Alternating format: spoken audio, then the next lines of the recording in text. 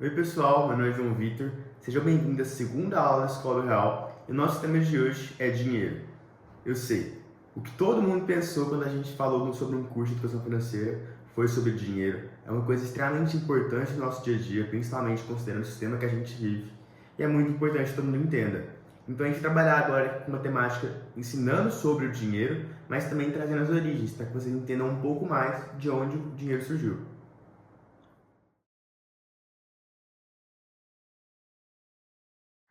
Então vamos lá, pessoal. Na aula de hoje, o dinheiro vai ser o principal tópico.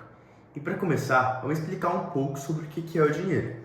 Eu acredito que todo mundo aqui já esteja familiarizado com o que é dinheiro, até porque o dinheiro é algo que a gente usa muito no nosso dia a dia.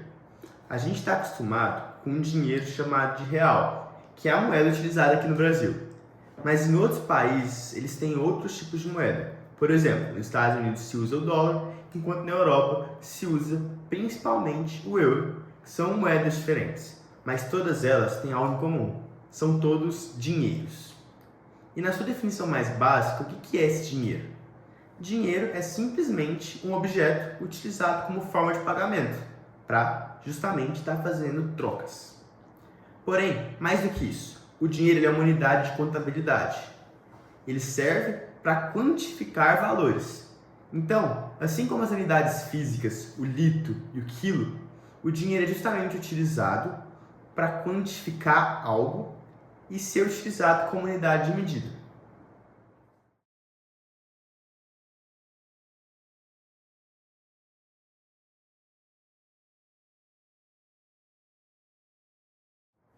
Porém, pessoal, é importante a gente notar também que, ao mesmo tempo que o dinheiro ele tem um valor específico, hoje em dia, muito diferente de antigamente, em que a gente vai tratar na aula de hoje sobre como o dinheiro surgiu, o dinheiro não tem um valor específico atrelado a algo.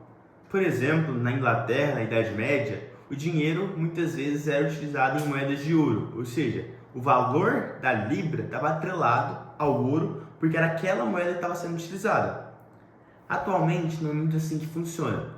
O dinheiro atual, chamado de dinheiro fiduciário, é muito importante lembrar esse nome, é um dinheiro que está atrelado muitas vezes apenas a um valor que o governo dá a ele, pois o governo, a economia e as pessoas atribuem, em geral, um valor ao dinheiro, fazendo com que assim o dinheiro também esteja sob a lei de oferta e demanda, fazendo com que ele seja definido pela quantidade de valor que as pessoas dão a ele.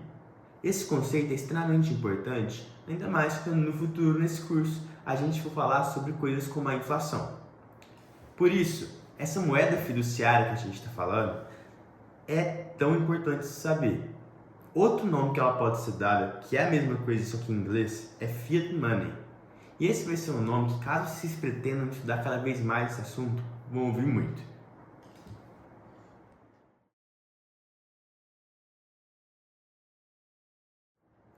Antes da gente explicar sobre outros tipos de dinheiro que existem, além desse Fiat Money que a gente comentou, é preciso a gente entender de onde surgiu o dinheiro como um todo. O dinheiro, ele surgiu como um facilitador de trocas, ou seja, os seres humanos já estavam fazendo trocas uns com os outros, mas surgiu essa necessidade de ter algo para estar facilitando essas trocas. Isso acontece porque o dinheiro elimina a necessidade de algo que a gente chama de dupla coincidência.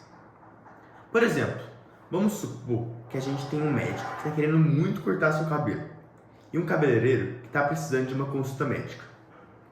Assim, eles podem simplesmente trocar uma consulta por um corte de cabelo. E essa dupla coincidência, que a gente chama isso, faz com que ambos consigam o que querem e saiam felizes, como é mostrado no gráfico acima.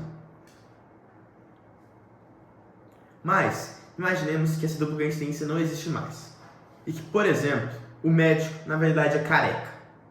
Então, nesse caso, eles não conseguem trocar o corte de cabelo por uma consulta, porque o barbeiro vai continuar precisando dessa consulta, enquanto o médico não precisa mais desse corte de cabelo. É para isso que serve o dinheiro. E nessas horas, o dinheiro entra como um facilitador para possibilitar que ambos consigam o que queiram, como é visto no gráfico acima.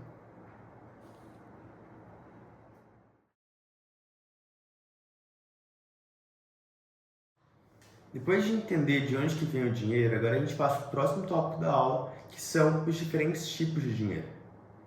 O dinheiro, por ser algo muito complexo, pode ser caracterizado em algumas divisões diferentes, mas hoje a gente vai falar de duas subdivisões em específico. Primeiro, a gente vai definir o dinheiro em relação à centralização, dinheiro centralizado ou descentralizado, e depois explicar a diferença entre dinheiro físico e dinheiro digital. Começando com o centralizado ou não centralizado.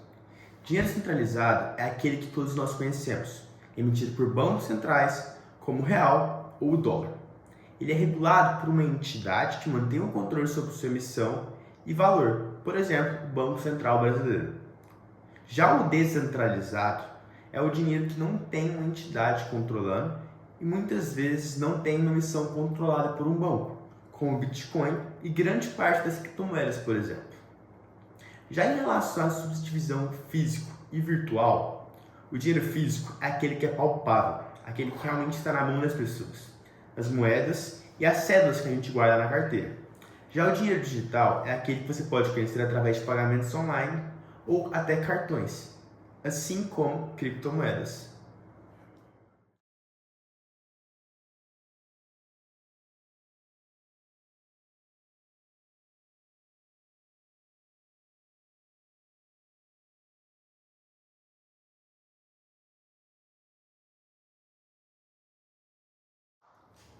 E quais são as vantagens e desvantagens de cada tipo de dinheiro?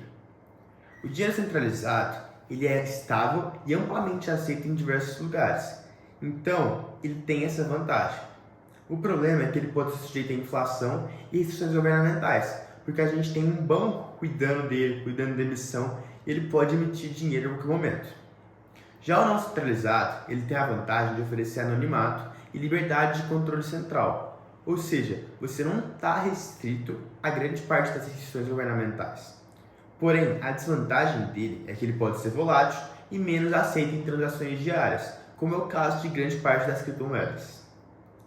Já o dinheiro físico, ele é tangível e não requer tecnologia para transações, então você não precisa de uma maquininha de cartão, por exemplo. Porém, ele é limitado pela necessidade de transporte físico e também da segurança, visto que alguém pode simplesmente roubá-lo de você. Já o dinheiro digital, ele é extremamente conveniente e rápido, mas ele também depende da tecnologia e também sofre com esse período da segurança, só que dessa vez sofrendo com hackers.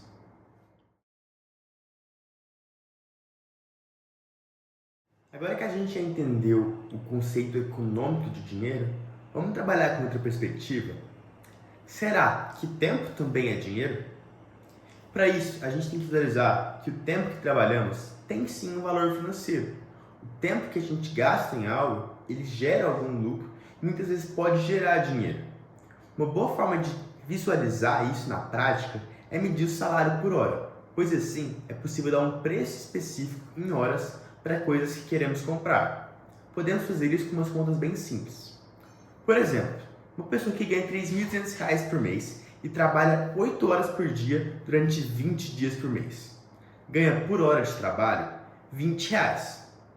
Dessa forma, se a pessoa quiser fazer uma viagem que custa R$ 2.000, ela pode enxergar isso como 100 horas de trabalho. Então, na hora de quantificar grande parte das coisas que a gente quer fazer, o que a gente quer consumir, ou simplesmente dar o valor para as coisas, a gente pode sim deixar esse valor em tempo, porque ele também representa uma forma de dinheiro quando a gente consegue precificar ele dessa forma.